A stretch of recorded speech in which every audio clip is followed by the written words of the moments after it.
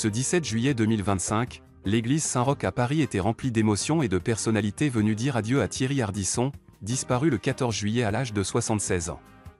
Mais en marge de cette cérémonie empreinte de solennité, une image a attiré tous les regards et déclenché une vague de commentaires en ligne, celle de Laurent Voulzy, arrivé main dans la main avec une jeune femme blonde. Le chanteur de Le Cœur Grenadine, connu pour sa discrétion, n'était pas là pour faire parler de lui.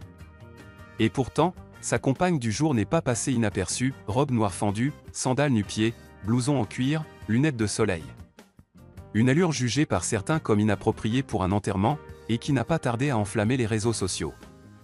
Les critiques fusent sur les réseaux très vite, les internautes s'en sont pris à l'apparence de la jeune femme et à leur différence d'âge. Parmi les commentaires les plus virulents, c'est honteux sa robe et ses ballerines. Elle n'est pas avec lui pour son argent, jamais de la vie lol. Tous avec des jeunes, c'est hallucinant. Ah, la future héritière qui doit subir cette relation avant de récupérer quelques euros.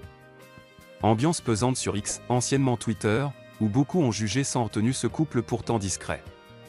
Une relation bien réelle, mais qui est cette mystérieuse compagne?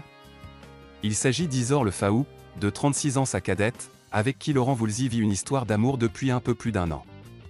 Une relation née d'une collaboration musicale, comme en témoignent plusieurs clichés et extraits postés sur les réseaux d'Isor ces derniers mois. Isor Le Faou, 44 ans, est maman de 2 enfants. De son côté, Laurent Voulzy est père de 3 enfants issus de ses précédentes unions.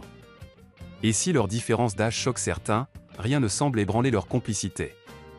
Une histoire qui n'aurait pas choqué Ardisson. Ironie du sort, Thierry Ardisson lui-même vivait une histoire avec une femme beaucoup plus jeune que lui. Depuis 2009, il partageait sa vie avec Audrey Crespo-Mara, de 27 ans, sa cadette, qu'il avait épousée en 2014.